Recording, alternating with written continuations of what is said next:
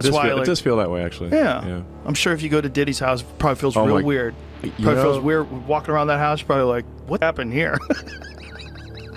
Yeah. I bet there's some memories in that house. At first, I didn't like him at all. You know, I didn't. I thought he was like...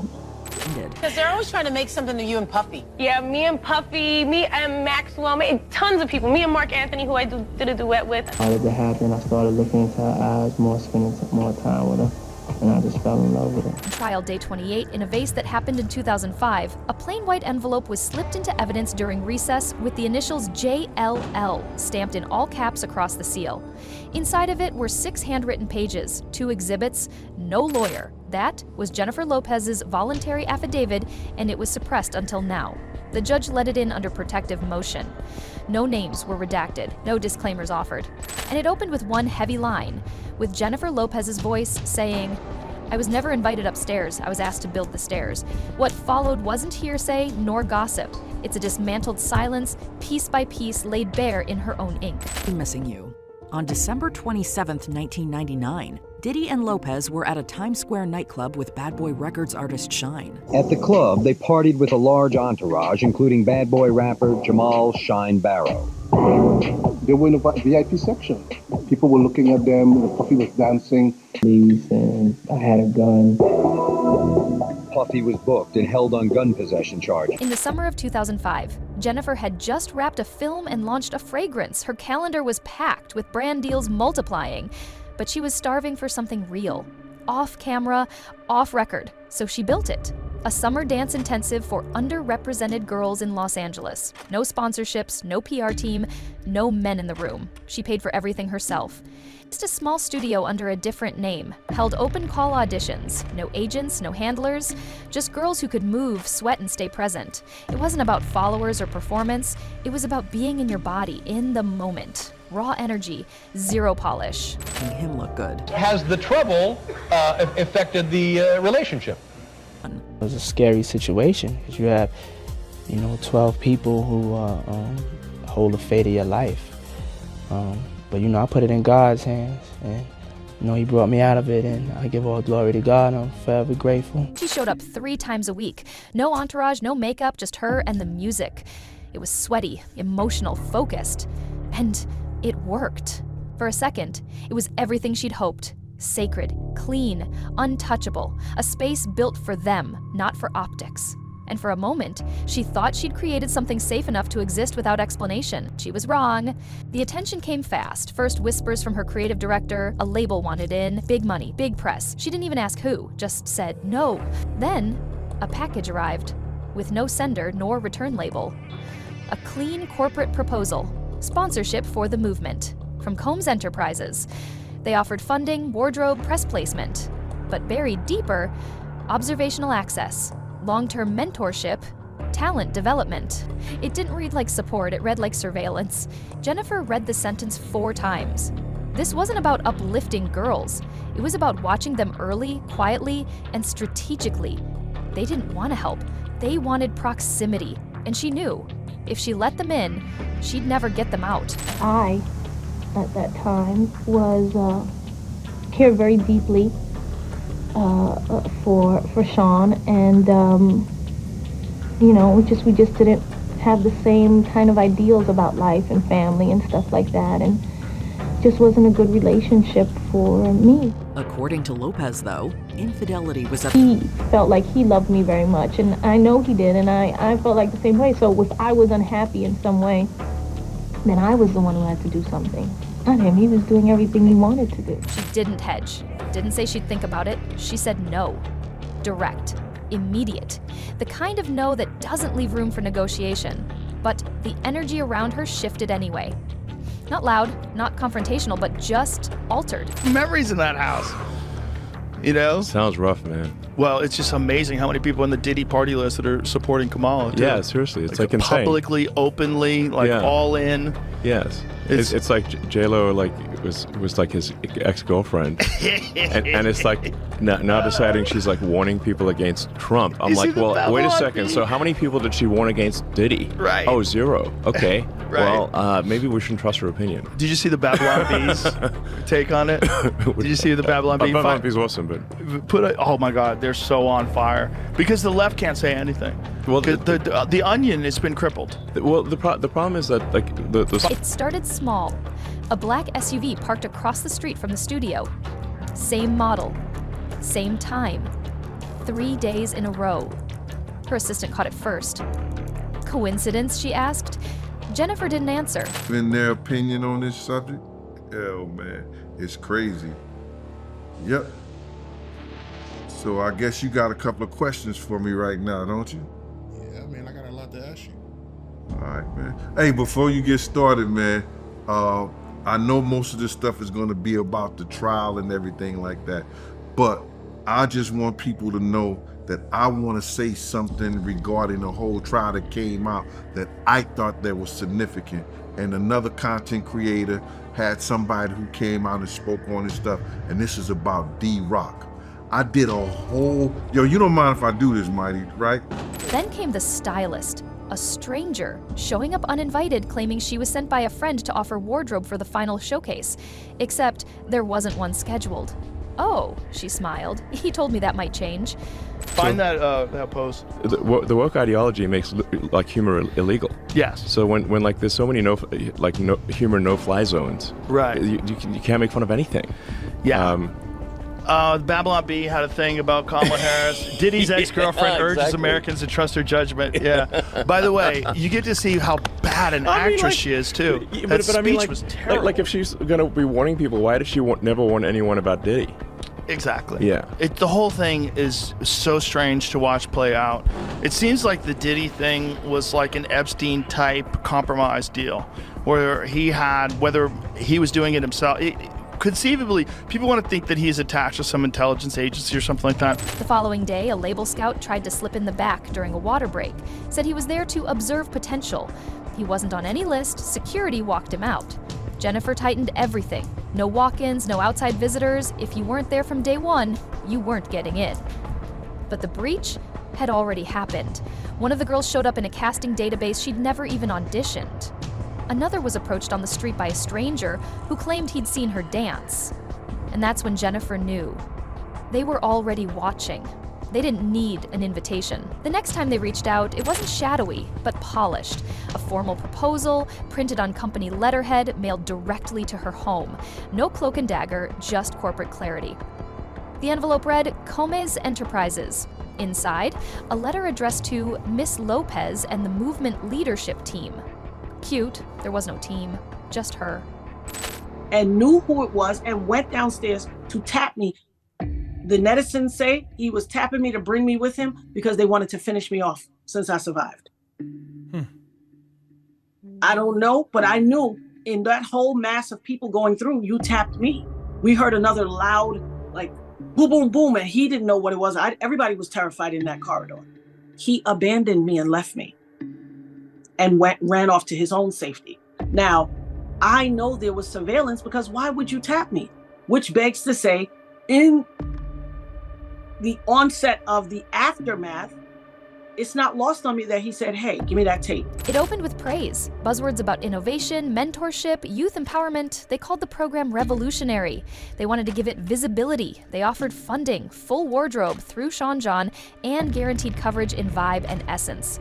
But halfway through, the language changed.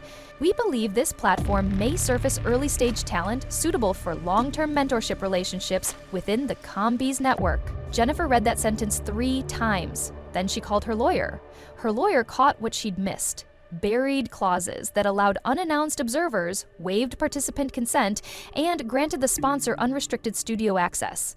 It's not that simple, right? You know what I mean? There's something good about this person. I'm trying to help this person, and sometimes it's the broken parts in us. This was clearly a pipeline, dressed up in empowerment language, using her name as a cover. She didn't finish the letter. She didn't need to. She knew what they were asking, not to help these girls, but to hand them over. So she said no. Again. This time, even louder. Later that day, a text came in from a number she didn't recognize. "We thought you were about legacy." She didn't respond. That night, something slid under her front door. She folded it once and tucked it away. Didn't tell her team, didn't panic, but something in her settled, colder, clearer. For his own jollies, too. There was something sick about it. Yeah. I mean, and the thing is that people in the music and entertainment industry had to know that Diddy was like abusing, kids, basically. And yet they still fed him kids. And like, where's the accountability? There had to be rumors. There had to be. They had to know. Yeah. They had to know. Cat Williams is talking about it on exactly. Yeah, on that podcast. But like who's feeding him the kids, Right. Yeah. And what videos do they have of these people where they're willing to defend him and they're willing to keep quiet about all this? Like how many people were compromised? Then came the vanishing. It started when a fragrance campaign she'd been building for a year quietly shelved. A talk show booking? Gone, no explanation, no call. Then the slow, eventually fade-outs. People she'd worked with for years stopped calling. Emails went unanswered. Opportunities dried up, drip by drip. It wasn't a war, it was subtraction. Not punishment, just removal. Not loud, but unmistakable. In Hollywood, silence doesn't mean nothing. It always means someone said too much. It didn't come like a storm, it came like fog, quiet and creeping. First, the fragrance campaign she'd been building for over a year vanished. No dramatic calls, no fallout, just scheduling conflicts. That didn't exist. Then a talk show appearance, confirmed weeks earlier, got pulled. No reschedule nor explanation. Also, her inbox thinned, calls slowed, people she'd spoken to daily stopped replying. No anger, no scenes, just silence. Gene Deal, happy to have you back on the platform. Man, we've been here, done that. Let's do it again. Yes, indeed, man. We got a lot to get into, man. There's a lot going on this week. The first week of Diddy trial. I gotta get your opinion on that. Yeah, man. It's a lot of people giving opinions now. At first, everybody was scared to give their opinion, and now they front and center telling all their stories, all they Diddy stories. He gonna break the internet. He gonna break YouTube. You see how many content creators is coming out? The dancewear collab she'd dreamed up, featuring designs inspired by the girls, disappeared entirely. Then came the gut punch. Her choreographer, someone who'd been with her since In Living Color, just faded out. Months later, someone told her he'd signed an NDA with a Combs-affiliated brand group. That was the last time his name appeared next to hers on a contract. This was definitely subtraction, and she wasn't being punished, she was being erased, slowly. Her assistant found it wedged under the windshield of her car. White envelope, courier font. One word stamped at the top, inventory. Inside, a single sheet, a list of first names. Some she recognized, some she didn't. Every girl from her program. Next to each name was a label. Come back at 1 o'clock. Capricorn Clark is testifying. She's getting emotional and back and forth. You understand? And one thing I didn't like about her testimony, and it had nothing to do with her, it was this bitch ass nigga Paul. Paul was taking her into take a lie detector test because somebody had stole some jewelry from Puff, and for 5 days they was locking her in this, taking her down to this dude who was giving her lie detector test. But I don't understand why somebody would have to get somebody a lie detector test for 5 days. But it's the matter of fact how. But J-Lo understood. This wasn't a guest list. It was a readiness report. Someone had been tracking them, categorizing them, deciding what they were good for and when. That was the moment she knew the camp had to end. Not eventually, not after a farewell showcase, not with a speech. Immediately. She shut it down that afternoon, canceled everything. No ceremony, no goodbyes. Just a full refund and a message to her staff. The movement wouldn't return next summer. She hadn't built a sanctuary. She'd built a storefront. And they'd been shopping from day one. Like how many people were compromised? Yeah. The whole thing is fucking crazy. Crazy. It's just crazy when because the nutty conspiracy theories is like, oh, there's a bunch of pedophiles in Hollywood, and you're like, come on, that sounds too kooky. And then you see like the Nickelodeon thing and all these, and you're like, what the fuck? How much of this is real? There's a lot more real than I think people realize. Yeah. I mean, part of it is like you say, like where, if someone's like a pedophile, they're going to go for a target-rich environment. Right. Obviously. Like that Jimmy Savile guy from the UK. Man, that guy was some next level. That was next level. And the BBC tried to hide that. That guy was one of the worst, like basically child rapists of all time. Of all time. Of all time. Yeah. And looked like one. He looked like one. That's what's honestly, crazy. if you had a poster of does this guy look like the creepiest like fucking looking guy. Evil child rapist? Then that 100%. He made it to the grave. Got away with it. Yeah. Got away with 17 years later, an old email surfaced buried in a forgotten inbox with the subject line, "You did the right thing," dated July 21st, 2005, sent at 2:07 a.m. The sender said they'd worked behind the scenes on the proposal, not directly under him, but close enough to know how it worked. 3 girls from her camp still got approached. The one who said yes says that she witnessed Diddy assaulting Cassie after the alleged break-in at Kid Cudi's house. What did she say? Just absolute beating, like horrific beating, similar, I would say, in the context of what we saw in that Intercontinental video, that when they eventually got to Kid Cudi's home and there was a confrontation and the words were shared, and Sean Combs had learned about the relationship with Kid Cudi and Cassie, that he just absolutely beat in a way that I think was grotesque and horrible. And even just some of the testimony you heard from Capricorn Clark throughout it, you can hear her voice cracking, her breaking down in many ways, and that continued in this testimony, talking about the alleged assault of Cassie by Sean Combs. There's not dancing anymore. Jennifer didn't cry right away. She just stared. Still. Silent. For the first time, she realized she hadn't stopped it. She just slowed it down.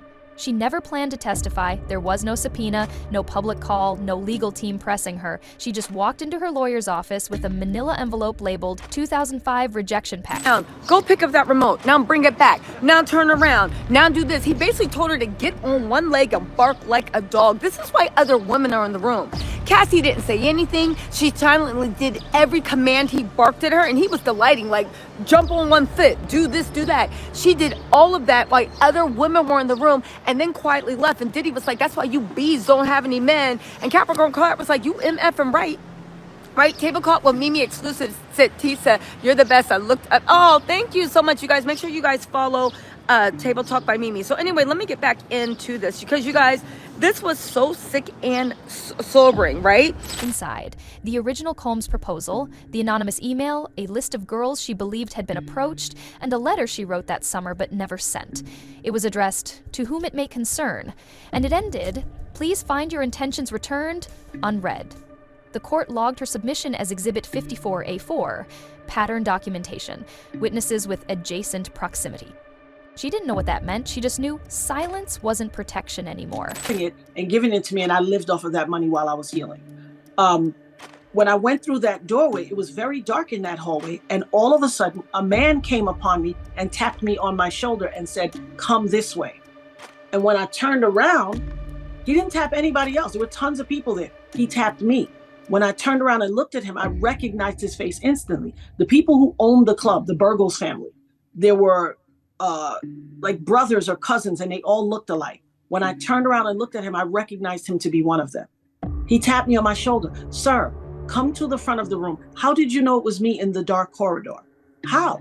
But for the fact that you watched me on a surveillance system. Jennifer Lopez never saw what happened upstairs. She wasn't invited to Malibu. She didn't witness the rituals.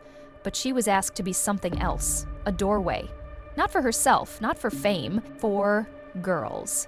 Girls who trusted her, girls who believed she was their final stop before something greater. And in truth, she had been, just not the way she hoped.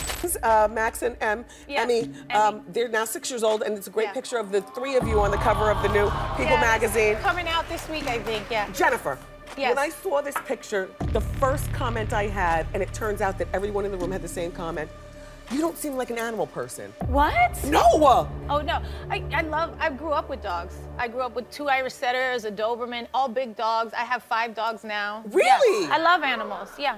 Because we see you outside a lot, walking around in jeans and a cool t-shirt and some wedge heels, wedge sneakers, but we never see you with a leash. No. Well, I they're always outside at the house. Yeah, running I don't around. have to like walk them. Yeah. She didn't open the door for them, but she didn't stop anyone else from doing it either.